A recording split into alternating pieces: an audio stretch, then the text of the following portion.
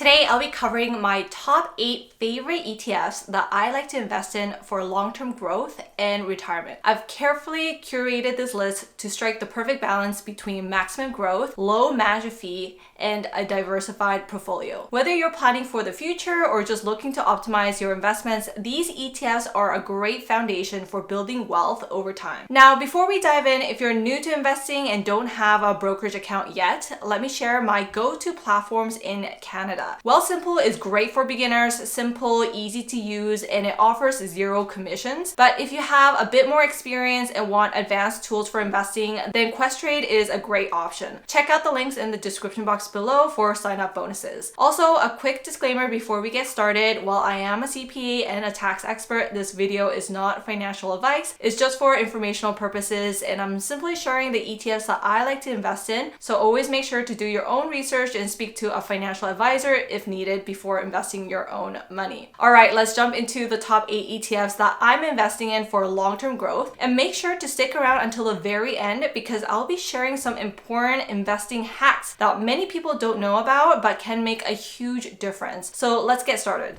We'll be jumping into the first ETF, which is Invesco Nasdaq 100 ETF. Keep in mind that in all of today's growth stocks, they're all going to be in US dollar. To give you a little bit more background on what Invesco Nasdaq 100 ETF comprises of, the index includes securities of 100 of the largest domestic and international non-financial companies listed on Nasdaq. And we can see this by looking at the holdings. When you look through the provided information here, you can see that while primarily it is focused in technology of about 61%, there are other fields like consumer discretionary, healthcare, industrials, telecommunication, consumer staples, basic materials, utilities, energy, and real estate that is also involved in. And we can even see what the top companies that its holdings are in, such as Apple, Microsoft, Nvidia, Broadcom, Amazon, Meta, Tesla, Costco, which is not an IT company, so it is a bit diversified here, as well as Alphabet. So those are the primary holdings and the breakdown of its holdings. Now, jumping into the price points, as I mentioned, everything is going to be in US dollars, and the last trade as of September 27th, 2024 is about $200. Now, the reason why I chose this particular ETF, it's because it's at a lower price point than another really popular Nasdaq ETF called QQQ. QQQ is at a much more higher price point. I believe it's just under $500. And so with that, this is a little bit more easier to get into if you are interested in investing in these sort of stocks. Now we're going to be looking at the returns for the past couple of years. So we'll take a look at performance. Keep in mind, obviously, that past historical performance does not indicate how it's going to be doing in the future, but it gives somewhat of an idea of how well the ETF in general has done. So if we were to focus on the year to date meaning from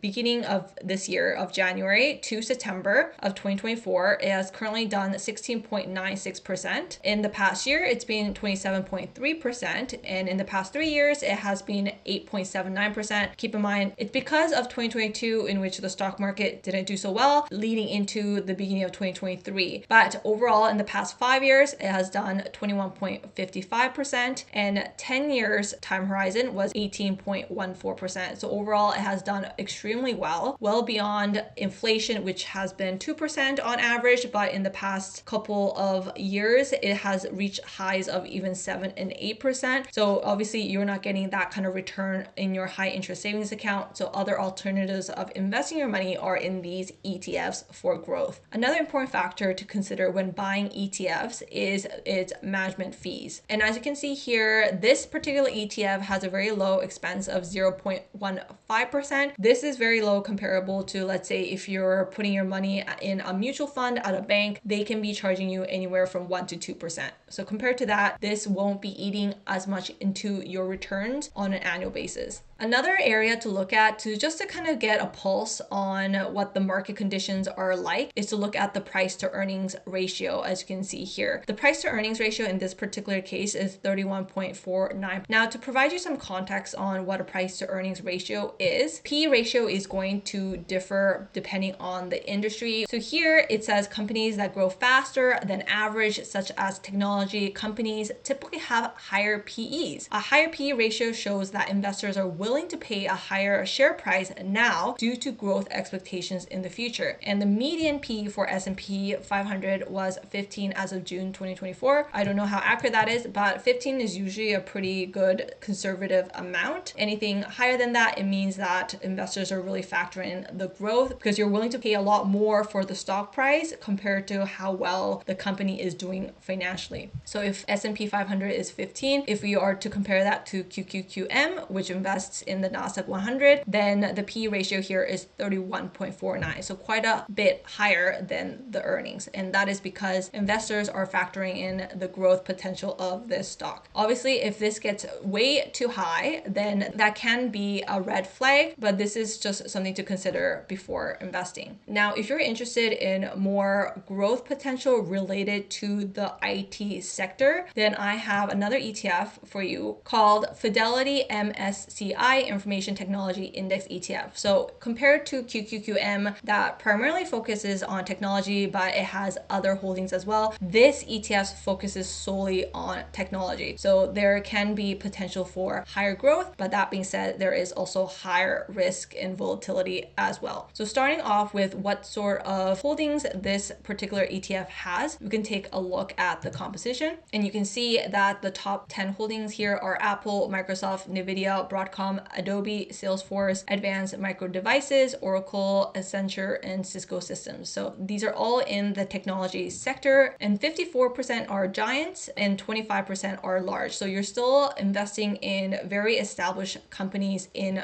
mainly North America. Now going over the price, here the price point as of September 27th is $174. The reason why I chose this ETF is because it is at a lower price point. Something that is comparable and that is more well known is VGT. VGT is also focusing on the information technology sector, and this one, the price point is $585. So you can see that they are comparable. This is just at a lower price point. So the returns for this ETF has been about 30.65% in the past year, 11.48% in the past 3 years on average, 23.09% in the last 5 years, and 20% in the last 10 years. You can see that the returns are slightly higher than QQQM. Let's say just in the past year alone, if this is 30.65%, you can see here it's 27.3%.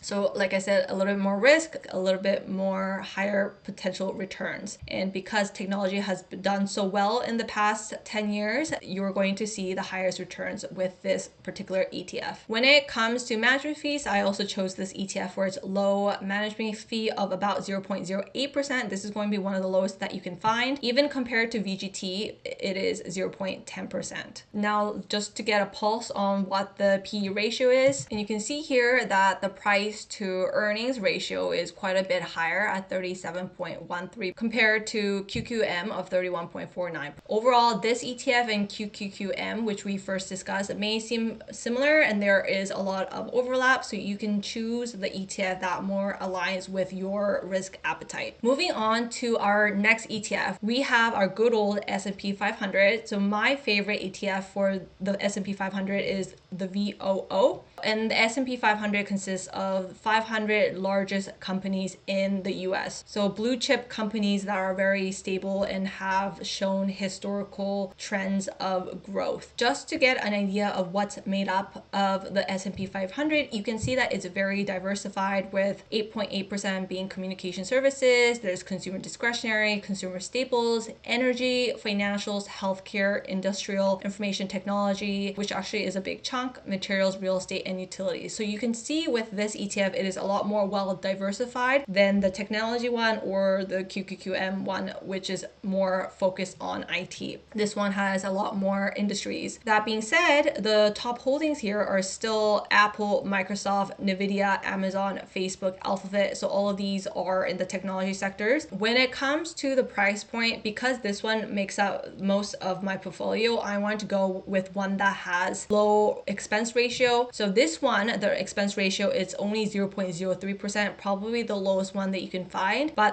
the market price for this one is a bit higher. It's $525. So it is a bit of an investment. I rather go with this one at a higher price point with lower ratio, just because I like to focus primarily on this ETF. When we look at returns, we can see how it's done in the past year, which is 27%, which is great. 9.32% in the past 3 years, and then in the past 5 years is 15.88%, and then the past 10 years it was 12.94%. So as you can see, it has done quite well, but compared to the technology sector or QQQM, it has done slightly under. That being said, in years where the market wasn't performing as well, such as 2022 and 2023, it has actually performed slightly better than the technology sector. So with VOO, which invests in the top 500 companies, because it's well diversified, there is less of a harsh fluctuation compared to the first two that we went over. And you can see this with the PE ratio, which is at 27.2, which is under 30 compared to the other ETFs we saw in the technology sector, which means that is not as overvalued. And that also takes into effect the risk factor for this particular ETF. So the lower the PE ratio, the lower the chances of that ETF being overvalued. And you may remember that at the beginning of this video, we went over the median PE ratio for the S&P 500, which was 15. Now that was according to Investopedia. 27.2 is quite a bit higher than the 15. And this is all reflected in the current market where all the stocks are doing pretty well at this point. Now the S&P 500 VOO is your staple, but if you're a little bit more risk taking and want to potentially gain a bit more growth, there is also the S&P 500 growth ETF. And this ETF focuses within the S&P 500, the largest US companies whose earnings are expected to grow at an above average rate relative to the market. So it's a little bit more narrowed down than the VOO. And you can see here that it is also made up of mainly IT companies like Apple, Microsoft, Nvidia. You could also see Broadcom, Tesla. So a lot of it is still in the IT sector. And you can see for the breakdown, it's almost 50% in technology, whereas VOO, it was about 30%, I believe. It's more skewed and focused on the companies that are positioned for higher growth and kind of removing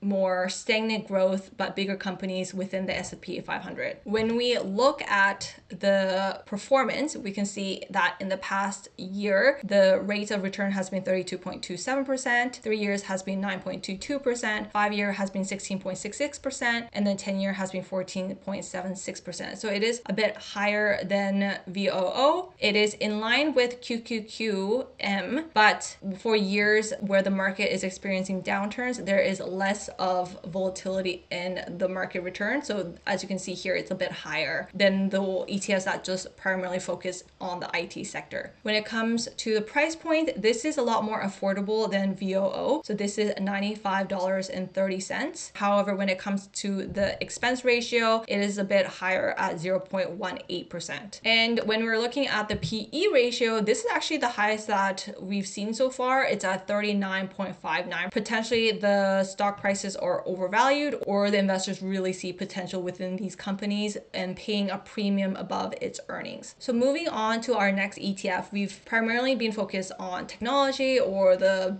biggest companies in the US for more diversification. This is a different category of ETFs that focus primarily on consumer discretionary. And this ETF has also performed quite well in the past couple years, and we'll go over the performance in just a little bit, but we can see what this ETF is composed of. There is around 303 stocks within this ETF. So this is quite different from what we've seen so far. The breakdown is in what consumers purchase. So apparel retail, apparel accessories and luxury goods, automobile, broadline, casinos and gaming, consumer electronics, education services. So this is quite a bit more diversified. When we are looking at the price point, it is a little bit higher end at $341, and the expense ratio is quite reasonable at 0.10%. When it comes to the performance, you can see that the market returns compared to the other ETFs we've seen so far, it's a bit less. So you can see year to date 5.66%, 1 year is 12. 0.7%, 3 years is 0.92%, 5 year is 13.78%, and 10 year is 12.58%.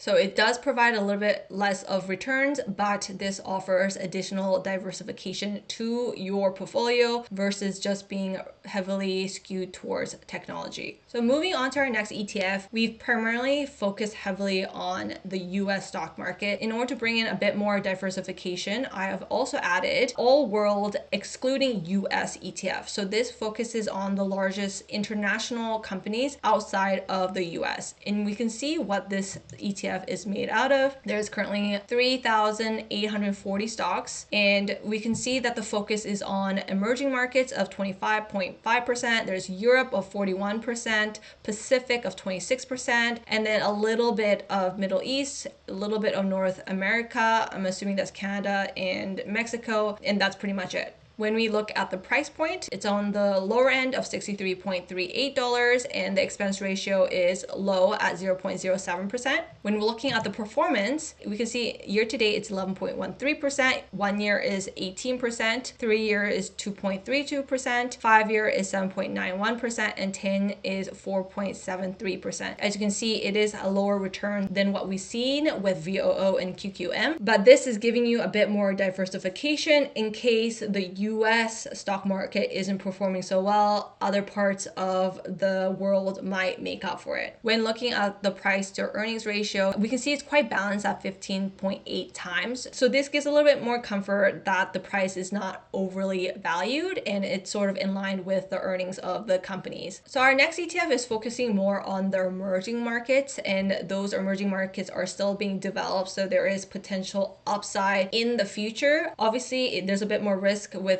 taking that kind of gamble, but if you want to add a little bit more diversification and potential upside into the unknown emerging markets, then this can be a good choice. We can see what this is made out of by looking at the holdings. The exposure breakdown is still largely in the IT sector, some financial, consumer discretionary, communication, industrials, material, etc. And you can see that the top holdings are in the Taiwan semiconductor manufacturing, Tencent, Samsung, Alibaba, Reliance, and the list goes on and on. We might not be as familiar with some of these companies as they are overseas, but we know some of the bigger ones like Samsung, which make up a lot of our electronics at home, like your monitor and your laptop and your phone even. When we look at the price point, it is on the lower end at $58.04 as of September 27th. Our expense ratio is pretty low as well at 0.09%. When it comes to the performance, we can see that in the past year, it's been 12.35%. It actually experienced negative returns in the past 3 years of 4.41%. And then in the past 5 years, it's been 3.68%. And in the past 10 years, it's been 3%. So it is on the lower end compared to the other ETFs that we've seen. But as I mentioned, it provides some diversification of investing into the market outside of the US, and then potential upside if any of these foreign companies and foreign emerging markets do well. That being said, this can also just be a small portion of your stock portfolio. Moving on. Now, the last stock is for those who are, more lazy and they don't want to worry about all these different ETFs and maybe just want to focus on one. There is something called a target retirement date ETF, where it will actually balance the portfolio for you based on when you plan to retire. If you plan to retire farther out, then what it's going to do is it's going to take a bit more risk in the early years, so that when it comes to closer to your retirement date, then the portfolio rebalances so that it takes on less risk and more income focused ETFs. So there is a selection that you can choose from. There's 2065 ETF, target date 2060, 2055, all the way to 2025. So this ETF that comes due next year in 2025 is going to be a lot less risky than something that is more than 40 years out in 2065, which is going to take on a lot more risk for potential upside. The one that I chose is the 2035 ETF. And if we were just to go over what it consists of, so you can see that it consists of a bunch of ETFs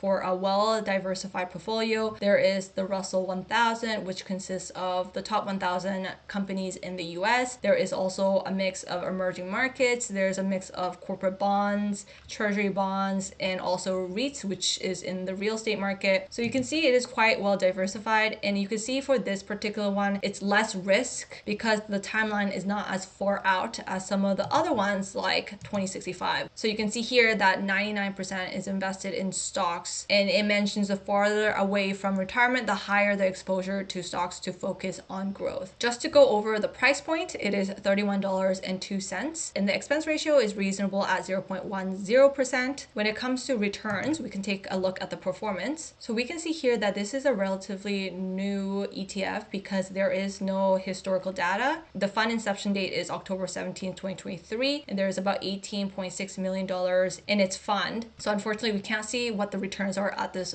point, but target date funds are quite popular. Even if it's not by iShares, you could find them by a whole bunch of other companies like Vanguard or Fidelity. So maybe do your own research and see which one that you feel most comfortable with investing in. But these target date funds are a really easy way to start planning for retirement and something that is less of a hassle because a lot of the work is already done for you by people who are managing the fund. So that covers the top growth ETFs. Now we'll be jumping into top tips that a lot of investors overlook. So make sure that you stay tuned until the very end. Important investing hacks. The very first one is to keep it simple. I know this sounds like a no-brainer to keep your portfolio simple, but it's very easy to get carried away and invest in a whole bunch of ETFs and stocks, which may complicate your portfolio. So early on when I started investing, I invested into too many ETFs and my portfolio suffered from it. And you don't need 20 different ETFs to diversify your investments. Stick to 5 to 10 ETFs because ETFs themselves are pretty diversified, and that's enough to cover multiple sectors, regions, and asset classes without overwhelming yourself. The goal is to make sure that you're diversified but not overly complicated. Now that I have under 10 ETFs in my growth portfolio, it is so much easier to manage. 2 is to set it and forget it. Next, adopt a set it and forget it approach. If you're like me and don't want to constantly monitor your portfolio, this is a great strategy. By automating your investments, you remove the temptation to time the market, which rarely works in the long run. 3, dollar cost averaging. Speaking of automation, I also like to use dollar cost averaging. This means investing a fixed amount of money at regular intervals, regardless of market conditions. Whether the market is up or down, I'm still investing, which lowers my average cost over time. 4 is to use cash reserves for market dips. Here's one of my favorite hacks. Put your cash in a low risk fund like cash.to, which is a high interest savings ETF. Then when the market dips, cash out and use that money to buy stocks on sale. It's a smart way to wait for opportunities without leaving your money idle in a low yield savings account. 5, convert from Canadian dollars to US dollars using Norbert's Gambit. As a Canadian, I'm a huge fan of investing in the US stock market. The US offers more growth potential and lower fees on ETFs. But here's a problem. If you're converting from Canadian dollars to US dollars the regular way, you're going to get hit with a foreign exchange conversion fee. That's where Norbert's Gambit comes in. It's a low cost way to convert your Canadian dollars into US dollars without paying those hefty fees. And you could do it all within your brokerage account like Questrade. And if you're interested in learning more about Norbert's Gambit, let me know in the comment section down below. I'll be happy to make a full video explaining how to do it. 6 is to invest in US stocks in RRSP for a tax advantage. One more tip for Canadian investors. If you're buying US stocks, hold them in your RRSP. This is an extremely important tip that many people don't know about. The reason is because the RRSP is recognized by the US, you can avoid withholding tax on any dividends you might receive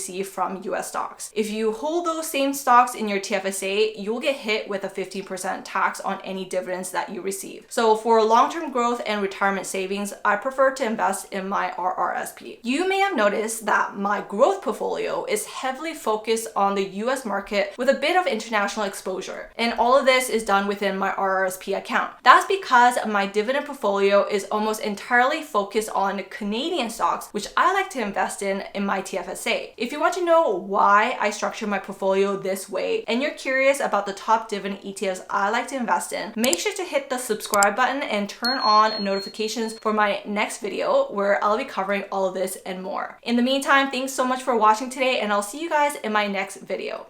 Bye!